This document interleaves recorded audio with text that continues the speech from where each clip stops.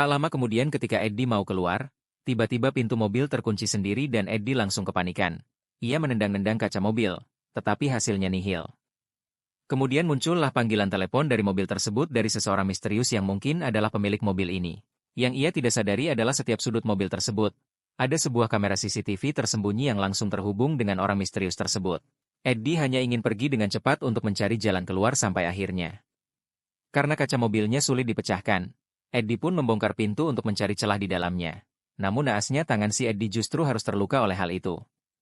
Dan ia temukan malah sesuatu yang mengejutkan, yaitu seluruh bagian mobil ini dilapisi oleh baja yang tebal, yang tak mungkin bisa dibobol dengan tangan kosong. Setelah putus asa, Eddie yang risih dengan telepon yang terus berdering pun akhirnya ia memutuskan untuk mengangkatnya. Dan terdengar suara. Hello, can you hear me? Sesuai dugaan, bahwa orang yang menelepon itu adalah tuan pemilik mobil, yang bernama William yang saat ini sedang mengawasi Eddie dari kejauhan. Bukannya meminta maaf dan mengakui kesalahannya, Eddie malah mengeluarkan kata-kata mutiara. Dan tidak menyangka bahwa mobil ini dilengkapi sistem kejutan listrik di kursi mobilnya, yang cukup menyengat sehingga Eddie yang tersengat dan semakin amarahnya tak terkendali. Ia pun langsung mengambil sebuah pistol yang ada di dalam tasnya. Dan nasib sialnya si Eddie melepaskan peluru putihnya. Ternyata pelurunya malah mengenai kakinya.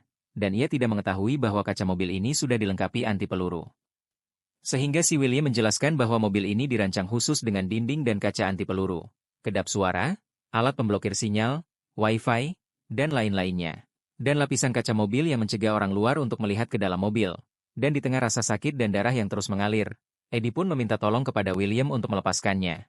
Namun si William sedikit pun tidak mengasihaninya, dan malah membiarkan Eddie pingsan akibat mulai kehabisan darah.